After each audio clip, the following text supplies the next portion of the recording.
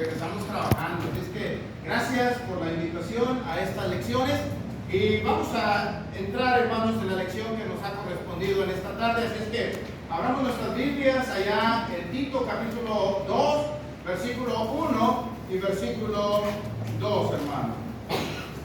Ahí vamos a basar la enseñanza para esta tarde, hermano. Dice: pero tú habla lo que esté de acuerdo con la sana doctrina, que los ancianos sean sobrios, serios, prudentes, sanos en la fe, en el amor y en la paciencia. Esta tarde vamos a hablar, hermano, acerca de los viejos y mañana vamos a hablar de las viejas. No se espanten, hermanos, porque en el griego esa es la definición, hermanos, cuando dice ancianos, es que los viejos y las viejas. ¿Okay? O sea, lo que se refiere el apóstol Pablo aquí, hermanos, es que todos aquellos hombres adultos deben tener un carácter correcto para poder, hermanos, adornar la doctrina de nuestro Señor Jesucristo. ¿Sí? Y amados hermanos, el apóstol Pablo, cuando le escribió a los filipenses en el capítulo 1 y en el versículo 6, dice: porque estoy persuadido, porque estoy convencido de que el que comenzó la buena obra en vosotros la perfeccionará hasta el día de nuestro Señor Jesucristo. Pablo estaba convencido, hermanos, que Dios había empezado un trabajo, una obra en la iglesia en Filipo y en cada cristiano, y que Dios iba a completar, Dios iba a madurar la obra que él había iniciado hasta la venida de nuestro Señor Jesucristo. Pero Pablo, aunque estaba convencido de esto, hermano, él sabía que ese trabajo que Dios estaba haciendo en la iglesia y quería hacer en cada cristiano no resultaba en automático, hermanos, o por arte de magia, hermanos, o por buenos propósitos, o por idealizar una obra que Dios estaba haciendo, sino que había algo que hacer. Había que contar, hermanos, con la intervención de aquellos que estarían interesados en que el propósito de Dios de perfeccionar a la iglesia se hiciera realidad con la intervención y la participación de cada uno de ellos. Por eso el apóstol Pablo mandó a Tito, o dejó a Tito, hermanos, porque Pablo estuvo en Creta, pero todo parece indicar que no estuvo lo suficiente para hacer este trabajo. Sin embargo, Pablo le encargó a Tito, y esto nos habla de lo que nuestro hermano Juan Ramón nos estaba diciendo, hermano, que necesitamos gente en la iglesia que quiera aceptar una responsabilidad y que quiera llevar a cabo esa responsabilidad conforme al propósito de nuestro Dios. No como a nosotros nos parece, hermano, sino como es necesario. Pablo dejó a Tito en Creta por varias razones, hermano. Una, para que corrigiera lo deficiente. Otra, hermanos, para que pudiera establecer ancianos en cada ciudad donde la iglesia existiera. Pero también mandó a Tito, hermanos, para que pudiera lidiar con los problemas causados por los judaizantes y también, hermanos, a corregir alguna cultura que se estaba introduciendo de la población de Creta en la iglesia, es decir, por el relajamiento moral de los cretenses, hermano, a exhortar a por lo menos 5 grupos, hermano. En el capítulo 2 vemos que Pablo va a encargarle a Tito a que por lo menos a 5 grupos Tito pueda corregir, Tito pueda estimular, hermanos, a cambiar y a mejorar sus obras y a mejorar su carácter. Uno de ellos son los varones, otro de ellos son las mujeres ancianas, otra de ellas son las jovencitas cristianas, los jóvenes cristianos y también a los siervos, que su equivalente en nuestros tiempos sería a todos aquellos que desarrollamos un empleo. ¿Cómo debiera ser nuestras obras como cristianos, hermanos? Y también cómo debería ser nuestro carácter. Alguien dijo por ahí, hermanos, que para ser miembro digno de algún grupo que lleva el nombre de cierto líder, hermanos, debe adherirse a las enseñanzas de ese líder. Pero también dijo, hermanos, que en la medida que este líder reclame un modo o un estilo de vida que no pueda separarse del mensaje que este líder enseña, es esencial que sus seguidores anden también en estas prácticas. De tal manera que todo aquel que confiesa ser cristiano, hermanos, todo aquel que confiesa ser cristiano debe creer, debe practicar todo lo que el Señor Jesucristo enseñó.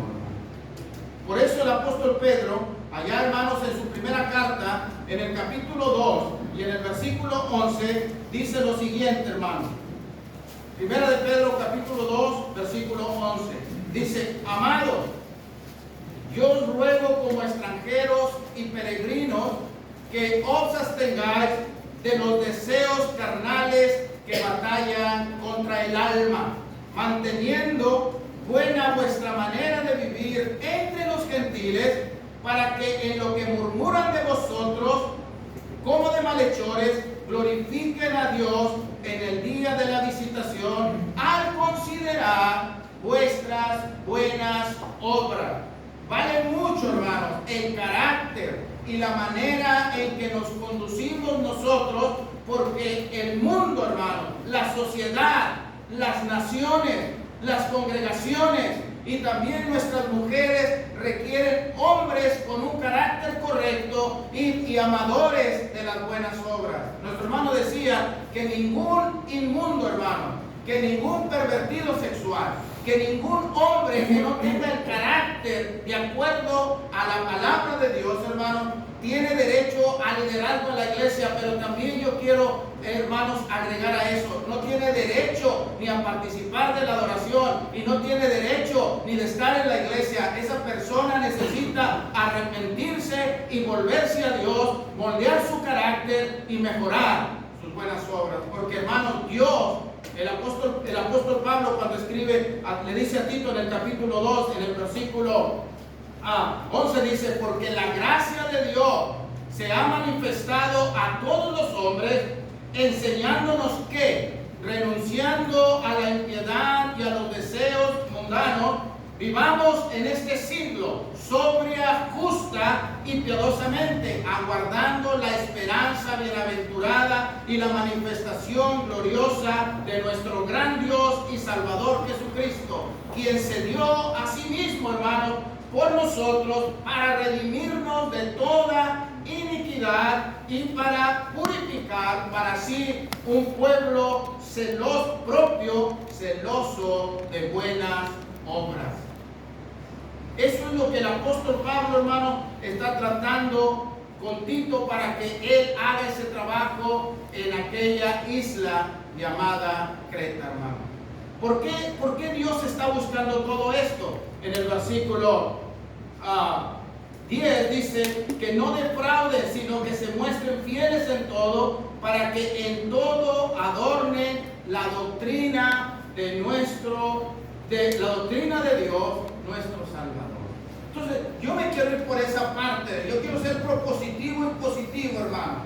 Quiero que nos demos cuenta que hay cosas que tenemos la posibilidad de cambiar y de mejorar nuestras vidas, con el propósito de adornar en todo la doctrina de Dios, nuestro Salvador. Adornar.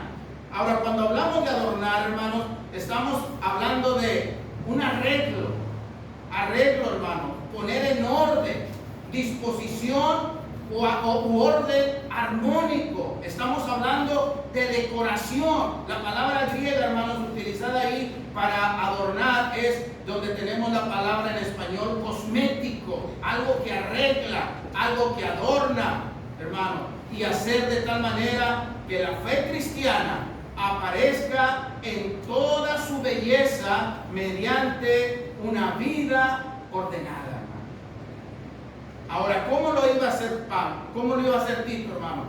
Número uno, hermano, ¿cómo iba a lograr Tito que los cristianos ahora, no solamente los líderes que aspiran a ser ancianos de la iglesia, sino todos los adultos, hombres adultos de la iglesia tuvieran un carácter y buenas obras que pudieran adornar en todo la doctrina de Dios, nuestro Salvador. ¿Cómo lo iba a hacer? Bueno, en el versículo 1 del capítulo 2, Pablo le dice a Tito cómo lo iba a hacer. Pero tú habla lo que esté de acuerdo con la sana doctrina.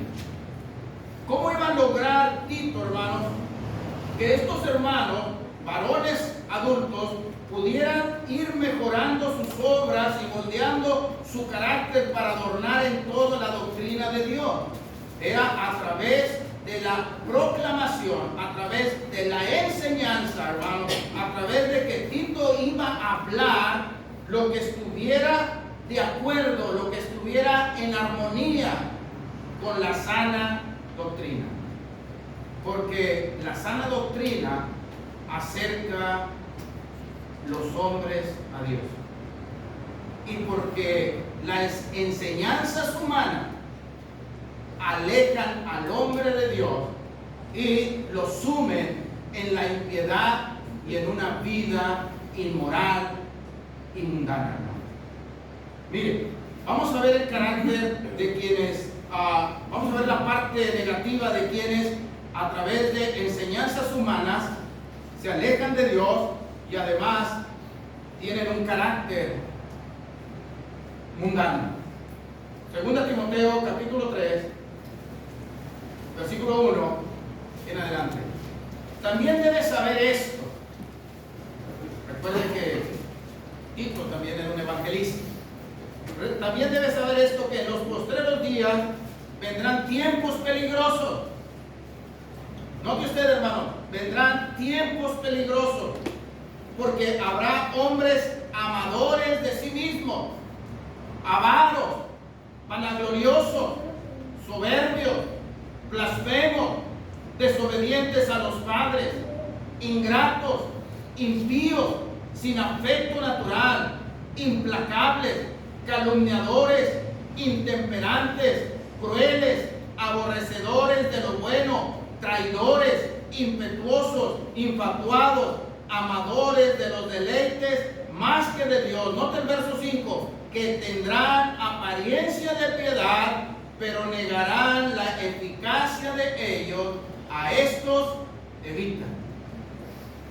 Entonces Pablo le habla a Timoteo de que vendrían tiempos peligrosos, y esos tiempos peligrosos lo hacen el carácter y las malas obras de los hombres peligrosos. Generan un ambiente, enrarecen el ambiente, hermano, complican el ambiente, pervierten el ambiente. Y por eso Pablo le dice a Tito, hermano, cómo debería de ser el carácter de aquellos hombres a través de la predicación de la sana doctrina, hermanos. Porque la iglesia hoy en día necesita desarrollar su servicio a Dios en medio de un carácter en medio de un ambiente de santidad, en medio de un ambiente de amabilidad, en medio de un ambiente de cordialidad, de empatía, hermanos, los unos con los otros, para poder nosotros impactar al mundo. Porque recuerde que somos la sal de la tierra y la luz del mundo, hermano.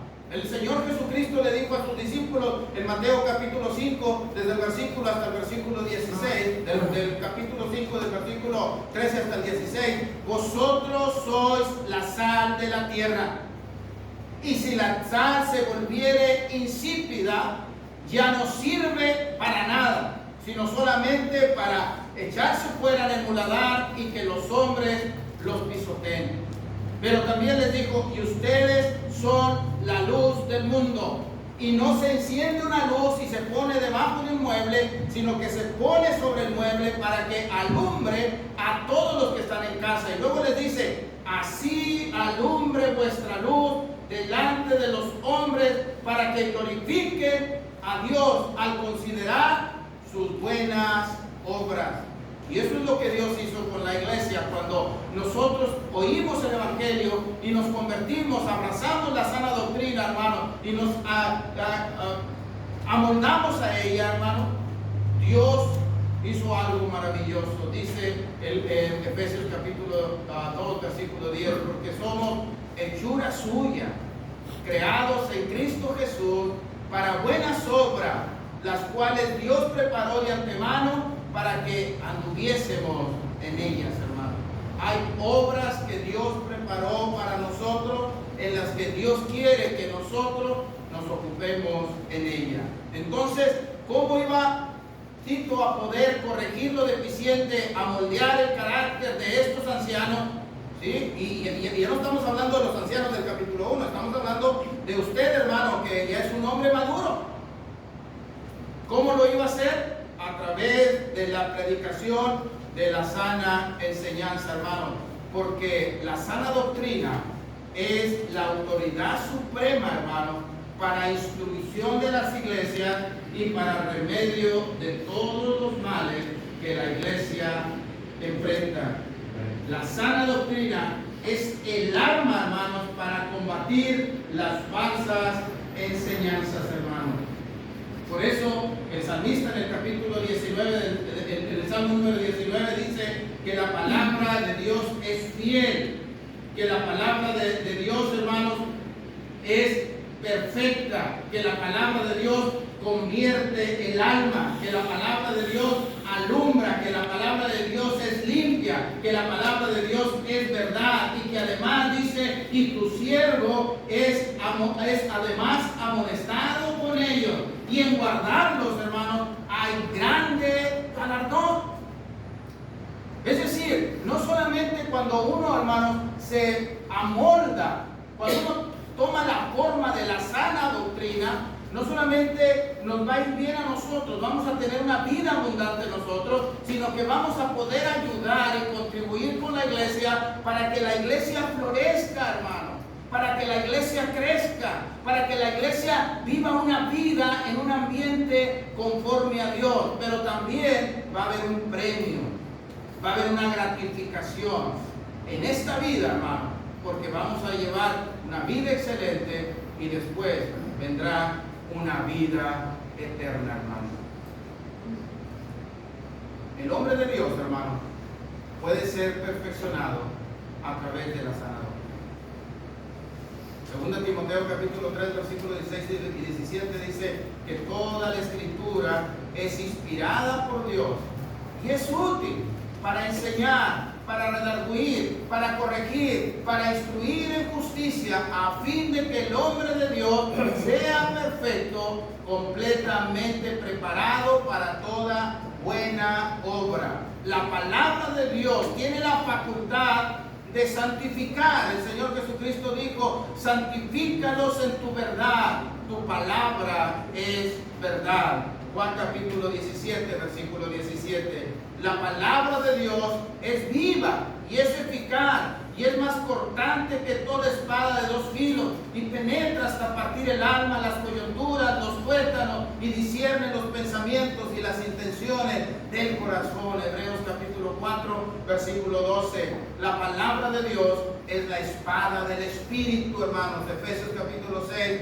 en el versículo 7. La palabra de Dios tiene poder para sobreedificarnos. Hechos capítulo 20, versículo 32. Por eso Pablo instaba a Tito, hermanos, a que hablara lo que está de acuerdo con la sana enseñanza. Sin embargo, hermanos, Tito tenía que hablar. Tito tenía que abrir la boca, hermano. Tito tenía que expresar a comparación con aquello que habría de combatir. Fíjese qué es lo que iba a combatir. Tito capítulo 1, hermanos, en el versículo 10 dice, porque hay muchos contumaces, habladores de vanidades, engañadores, y mayormente los de la circuncisión, a los cuales es preciso tapar la boca. ¿Y cómo es que iban, hermanos, la iglesia en Creta, cómo es que iba a poder tapar la boca a estos habladores de vanidades, a estos corruptos de entendimiento, a estos corruptos no solamente de entendimiento, sino corruptos, hermanos, en sus conciencias? Era a través de sujetarse a la sana doctrina y como resultado, hermanos, las buenas obras de nuestros hermanos.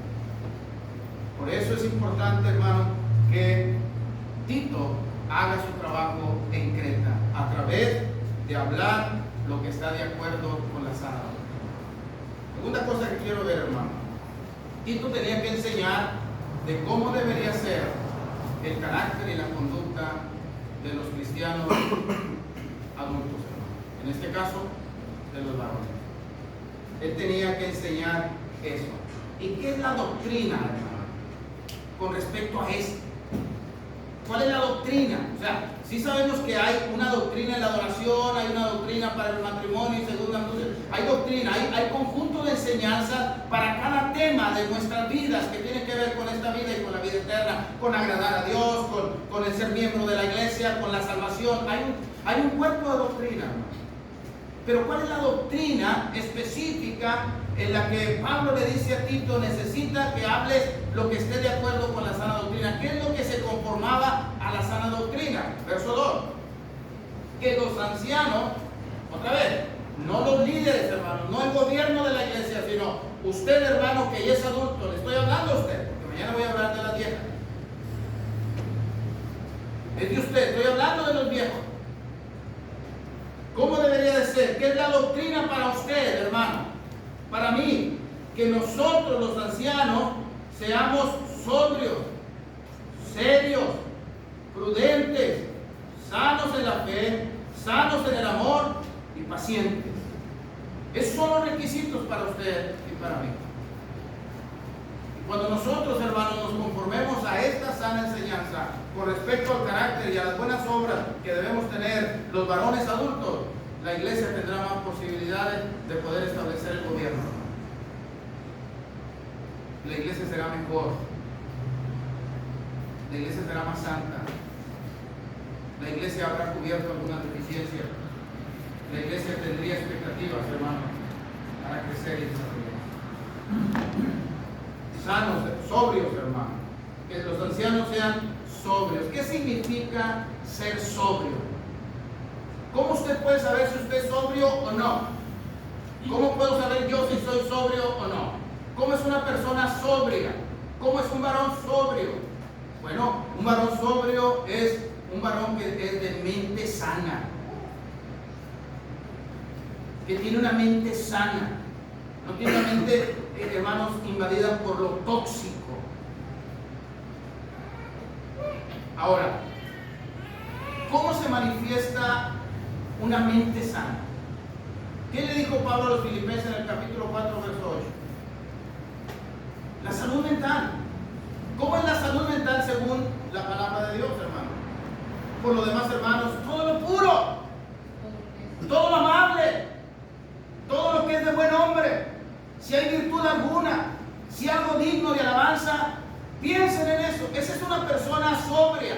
¿Cuáles son los pensamientos que nos conducen, hermano, durante los días de nuestra vida, en el trabajo, en la familia, en cualquier área de nuestra vida, en la iglesia, cuando predicamos, cuando dirigimos el servicio de adoración, cuando dirigimos los actos de adoración? ¿En qué estamos pensando? Cuando vemos a nuestras hermanas, ¿qué pensamos con respecto? ¿Cómo es nuestra mente con respecto a nuestras hermanas? Nosotros no somos pervertidos sexuales, hermano. Nosotros no estamos viendo a nuestras hermanas con lascivia. No estamos viendo a nuestras hermanas, hermanos, con inmoralidad. En nuestras hermanas lo único que debemos ver, hermanos, son almas preciosas por las cuales Cristo murió y dio su vida. Son almas preciosas que Dios santificó. Esa es la mente que debe ser de un varón cristiano. Una mente sana, que tiene dominio propio, que es prudente, que está libre de productos embriagantes, hermano, que ejercita el dominio propio, que gobierna todas sus pasiones y todos sus deseos, y que da la posibilidad a este cristiano de conformarse a la mente de Cristo. Ese es el carácter, hermano. Esa es la conducta de los varones cristianos que se conforman a la sana doctrina, hermano. Varones sobrios, pero también deben ser serios. Debe haber seriedad en nosotros. Y a veces confundimos, a veces las palabras pierden su valor. Pensamos que una persona seria es la que no dice nada. Todo pasa y no dice nada, hermano. Oh, él es muy serio. Es que él no dice nada porque es serio. No es cierto, hermano. O sea, no es esa la seriedad de la que la Biblia habla. Cuando la Biblia habla de una persona seria, es una persona venerable. Una persona venerable. Es una persona que es noblemente serio. Se conduce con nobleza, hermano. Es una persona, hermano, que produce y merece respeto y admiración por su excelencia y solemnidad. Esa sería una persona confiable. Una persona que cuando hace un compromiso lo toma con una solemnidad, con una seriedad, y no solamente con seriedad y solemnidad, sino con excelencia, hermano. Lo vamos a hacer y se va a hacer. Por eso los ejemplos que el hermano puso de aquellos que Dios utilizó, hermano, para hacer un trabajo, y lo hicieron. Porque nuestro sí debe ser sí y nuestro no debe ser no. No hay punto intermedio. Es sí, sí. Es no, pues no. Pero no es tal vez, quién sabe, puede ser, a lo mejor, no sé. No, es sí, pues no. Esa es seriedad, hermano. Debe ser también prudente. ¿Qué significa la palabra prudente? Un prudente es aquella persona que tiene buen entendimiento. Entiende bien las cosas. Tiene la capacidad de entender bien las cosas. No es terco, no es obstinado, hermano. No es ignorante con respecto a lo que se está diciendo y con respecto a lo que se está hablando, con respecto a lo que se está enseñando. Es una persona que tiene un buen entendimiento, que puedes tener una plática y puedes hacer planes inteligentes y sabios con él. Formal. Una persona también que no solamente tiene una sabiduría en cuanto a información, sino que tiene sabiduría práctica. Sabiduría práctica. Tiene experiencia. Y recuerde que los griegos utilizaban dos palabras diferentes para entendimiento, para conocimiento. El noxis es toda la información que tengo, hermano. Toda la información que tengo. Pero la epignosis es tener un conocimiento total y completo en base a la experiencia. En base a poner en práctica la palabra de Dios y luego ver los resultados y darme cuenta que la voluntad de Dios es agradable y perfecta, que vale la pena, que es bueno, que es productivo, hermano, que es beneficioso para mi vida vivir bajo los principios de Dios. Lo experimento. Esa es una persona que es prudente, hermano. Tiene la capacidad. Me encantó este concepto, hermano. Una persona prudente es aquella persona que tiene la capacidad de discernir líneas de acción. Fíjese, líneas de acción. ¿Por dónde podemos ir? ¿Qué podemos hacer? Tiene la capacidad de poder elegir los caminos correctos, los métodos correctos, los medios correctos. Pero no solamente los puede entender, sino que también, hermano, lo entiende, tiene la capacidad de discernir las líneas de acción correctas con la mira de obtener resultados de ellas, hermano. O sea, no hacer planes por hacer, no tener proyectos, hermanos, por hacer y idealizar lo que pudiera ser, sino aterrizar a la realidad y echar a andar esos planes reales, hermano, con la mira de poder tener resultados. O sea, no estar ocupado sin haciendo nada. Porque a veces estamos tan ocupados, hermanos, no sé si a usted le ha pasado, hemos estado tan ocupados todo el día que terminamos cansados, agotados y a veces estamos desanimados, frustrados, y nos damos cuenta después que no hicimos nada, que no podemos ver el producto de mi esfuerzo, de mi dedicación, de mi trabajo, de mi inversión. En la iglesia se requieren hombres, hermanos, que sepan calcular. El Señor Jesucristo dijo: ¿quién queriendo edificar una torre no se sienta primero y calcula los gastos a ver si tiene con qué terminarla? No sea que empezando y quedándose a la mitad sea la vergüenza de todo. Son principios, hermanos, que aplican en nuestro servicio a Dios como varones en la iglesia. Imagínense, hermano, estos varones dirigiendo la iglesia. ¿Cómo sería cada congregación de la iglesia del Señor? Con varones como estos. Entonces, no solamente debe ser prudente, hermanos, debe ser sano. Un varón sano. ¿Qué significa la palabra sano, hermano? Un varón sano es aquella persona que sirve con asistencia. Asiste. Está ahí. Cuando se necesita, está ahí. Y está ahí con un propósito. Se prepara para estar ahí. No lo hace por inercia. No lo hace basado en los sentimientos solamente, sino que sus sentimientos son estimulados, hermanos, y fortalecidos por la palabra de Dios. Movido así. Yo recuerdo, hermanos, cuando Josías era el rey de Israel, se encontraron un libro, hermano, y se lo traen al sacerdote. Y el sacerdote lo lee a Josías. Y Josías entiende la palabra de Dios. Y entonces él manda a preguntar por él a Dios. Y Dios le contesta a Josías y le dice: Josías, voy a traer un gran mal sobre este pueblo, porque están sumidos en sus pecados y en su desobediencia. Pero díganle a Josías, al varón que mandó preguntar por él ante mí, díganle que por cuanto se enterneció su corazón. Note usted, hermano, se enterneció tu corazón cuando oíste la palabra de esta ley. También yo te digo que aunque va a haber mal, tú no lo vas a ver.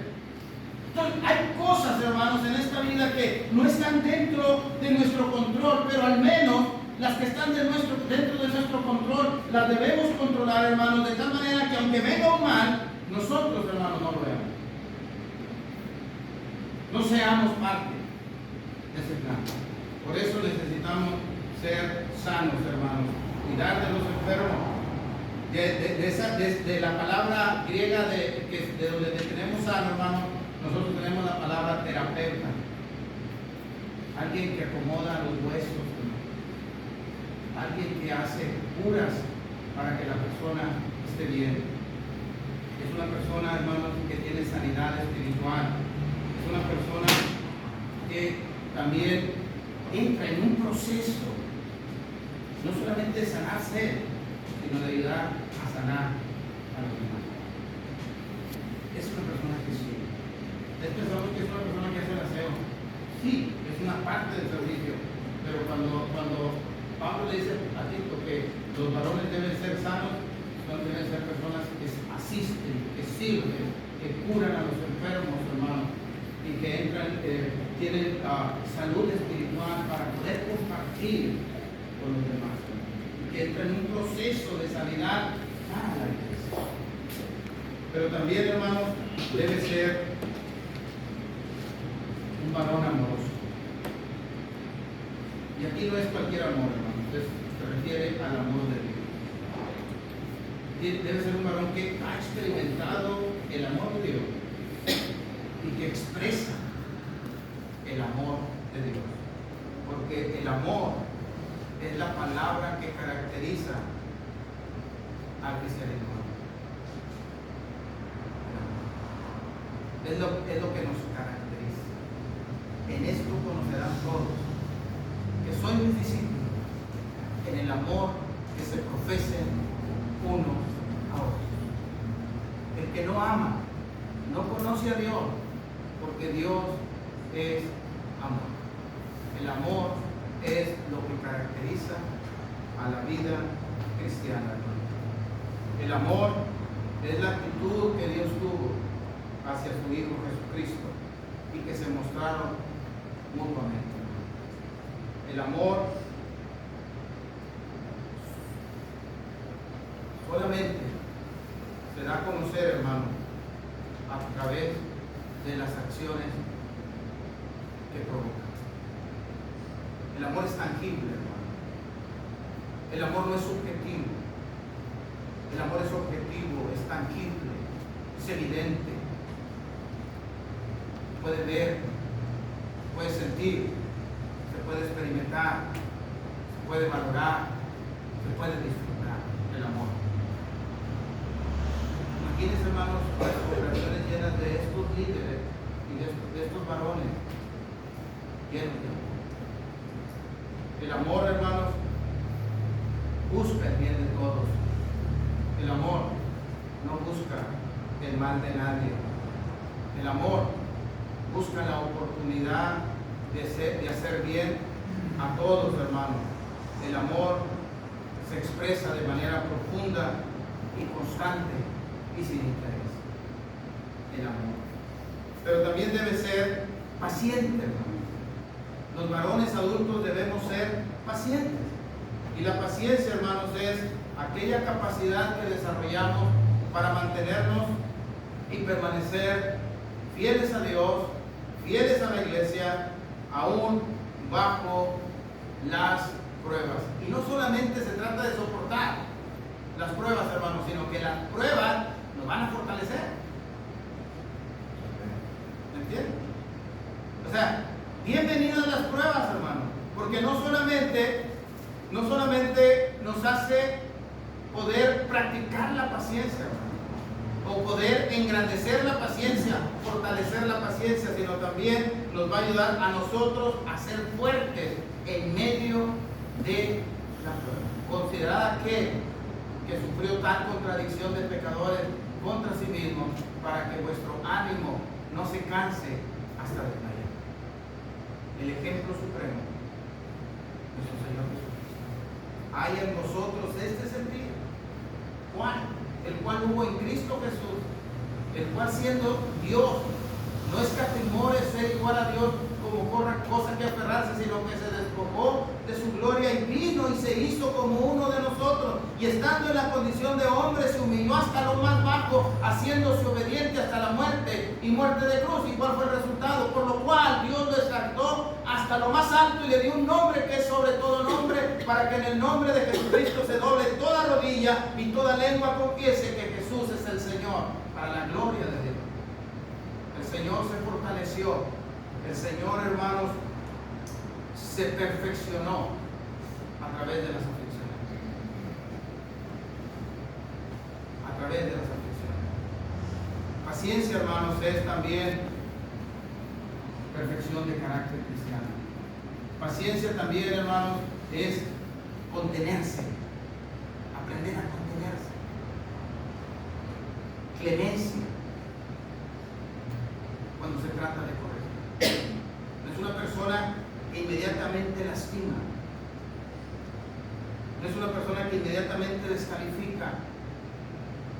No es una persona que está dispuesta a castigar, a lastimar. Una persona que es clemente, que es paciente, que sabe contener sus impulsos y sus sentimientos, y que no habla y actúa desde los sentimientos, sino que habla y actúa a través de la razón. Porque Dios apela a nuestra razón, al noxis, hermano. Dios apela a nuestra inteligencia, y Dios apela a nuestra sabiduría, y Dios quiere moldear esa parte, la parte cognitiva, hermano. Es lo que Dios quiere moldear. Efesios capítulo 4, versículo 23. Renovados en el espíritu de vuestra mente. Romanos capítulo 12, versículo 2. Transformados por medio de la renovación de vuestro entendimiento. Quiere trabajar con la mente. Entonces necesitamos, si queremos sacar cosas diferentes, hermanos, si queremos sacar resultados diferentes, necesitamos hacer cosas diferentes para Dios en el entendimiento de cambiar nuestra mentalidad, cambiar nuestros propósitos, cambiar nuestra cosmología, como luego dicen, hermanos, que saben. La manera de cómo vemos las cosas, tenemos que empezar a cambiar. Y era la manera en que Pablo le estaba instruyendo a Tito: necesita corregir lo deficiente, a través de hablar lo que esté de acuerdo a la sana doctrina. Y enséñales cuál es la doctrina a los varones adultos en cuanto a su carácter y en cuanto a sus buenas obras.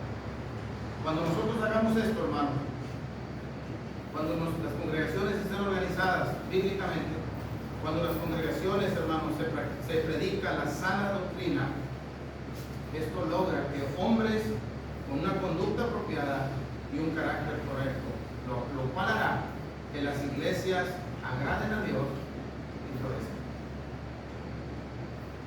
Que Dios, hermano, que comenzó la obra en cada uno de nosotros,